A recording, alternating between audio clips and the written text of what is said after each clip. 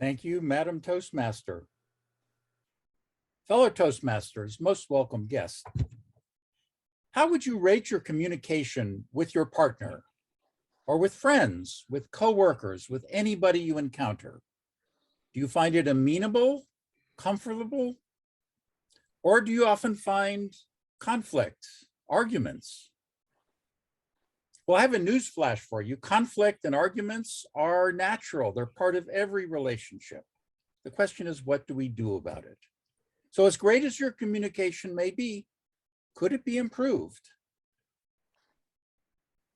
My passion is about interpersonal communication. And today I'm going to talk about what I'm going to be offering, to whom I will be offering it, and how I will be informing potential attendees about my offering. But first, the what.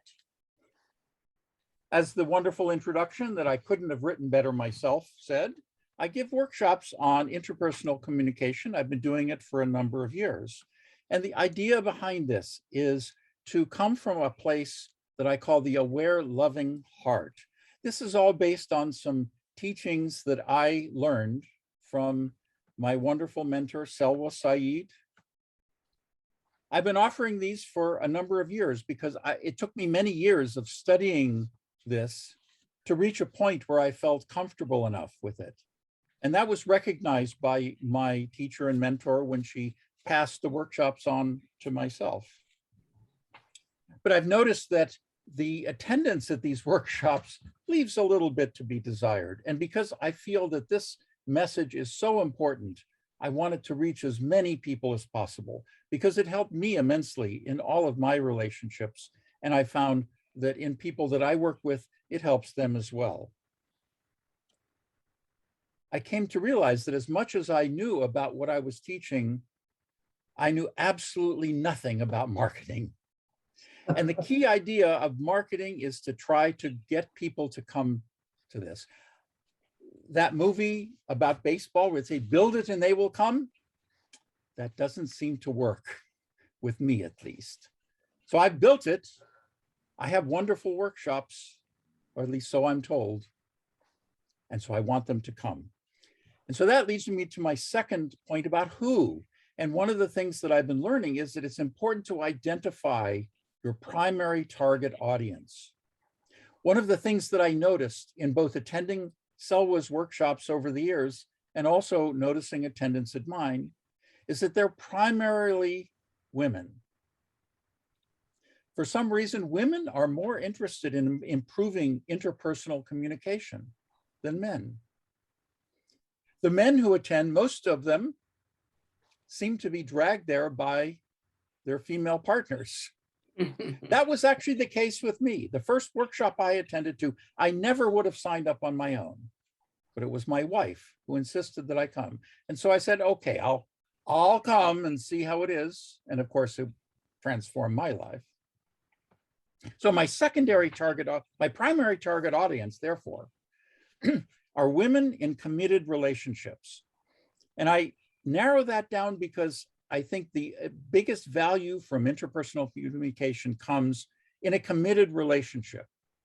In the early stages of relationships, things go very easily. It's the romantic stage, but it's when that ends that communication gets difficult and what I have to offer has the most benefit.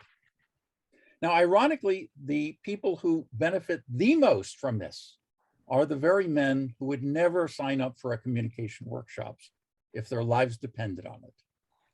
However, many of them will come attended by their female partners. So that leads me to the how. Now I've identified what I'm offering, which are these interpersonal communication workshops.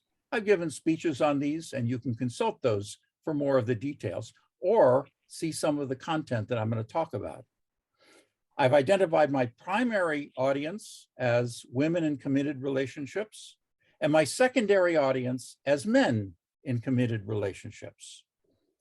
Now, you may notice that there's a little bit of heteronormativeness about this, and that's because I've mostly worked with heterosexual partners. I have worked with some lesbian and gay people, but mostly as individuals rather than in committed relationships. So there's much that I have to learn about that other part.